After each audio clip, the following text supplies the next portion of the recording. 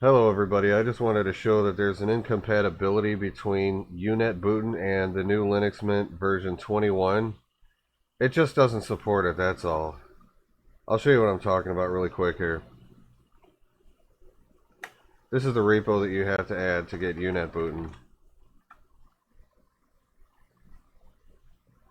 This PPA does not support Jammy, but fear not, there is a workaround. I'll show you what you can do here.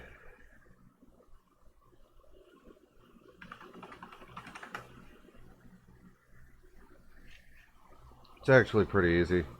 Just go to the Unetbootin homepage. Scroll down a little bit. Oh, click Unetbootin Linux. And just download whatever the binary is for your system. Most likely 64-bit, but I'm sure there's still some of you running 32-bit. Okay, I've already got it. I guess that's why it's giving me that 1 in parentheses. So what you just downloaded here was an executable to run the program. Okay, so I'm going to show you what I did.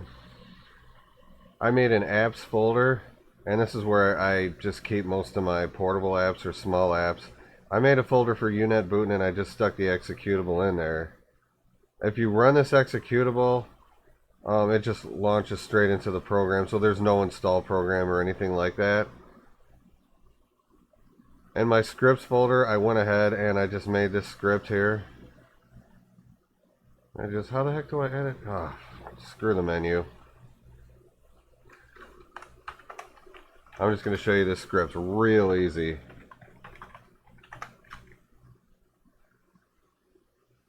That's it. Just switch to the folder, run the app, you're done. So, but there's one more trick involved in this. If you want to add this to the menu and use this like a menu item, I'm going to show you something.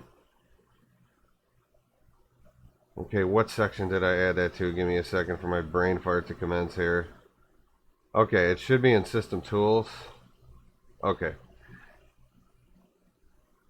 Normally when you add an application, it'll just, under type, it'll say application. You want to switch this over to application in terminal or it's not going to run. So now that I did that, it should run just perfect. Oh, yeah, right. Dun-dun! Okay, you're not going to see anything under drive because I didn't put one in yet, so I'm going to jump out of this really quick. I've got this extra flash drive that's already a Linux Mint boot drive, but I don't need it because right here is the operating system I installed off it.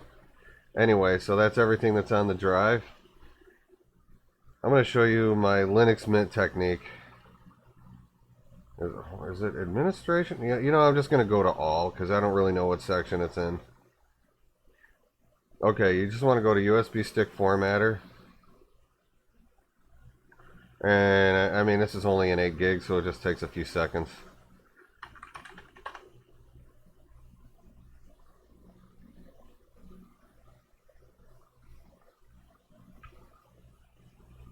Okay.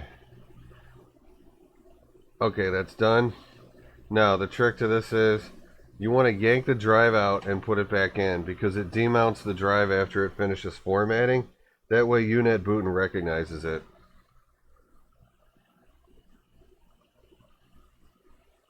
Okay, close. And when we go back to Unetbootin, select distro. Oh wait, you don't have to do that. Just click disk image and then the 3 dots. It always starts me off in the root. Just click home and then your name.